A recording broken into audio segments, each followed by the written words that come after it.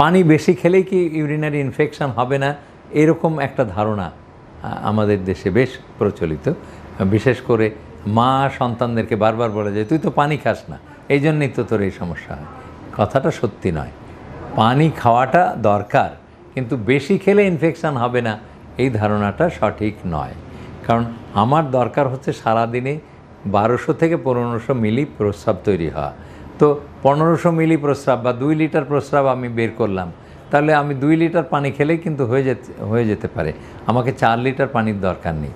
আর পানি দিয়ে প্রস্রাবের ইনফেকশন, আমার শরীরের মধ্যে ব্যাকটেরিয়া ঢুকে গেছে, আমার ব্লাডার বা প্রস্রাব থলির মধ্যে রোগ জীবাণু ইকোলাই ঢুকে গেছে, তারা বংশ বিস্তার করছে। পানি যদি আমি বেশি খাই সেটা ওয়াশ আউট হবে, মানে ও হয়তো ব্যাকটেরিয়াগুলি বেরিয়ে যাবে প্রস্রাবের সাথে সাথে, জ্বলতে জ্বলতে বেরিয়ে যাবে, কিন্তু ও তো মরে যাবে না।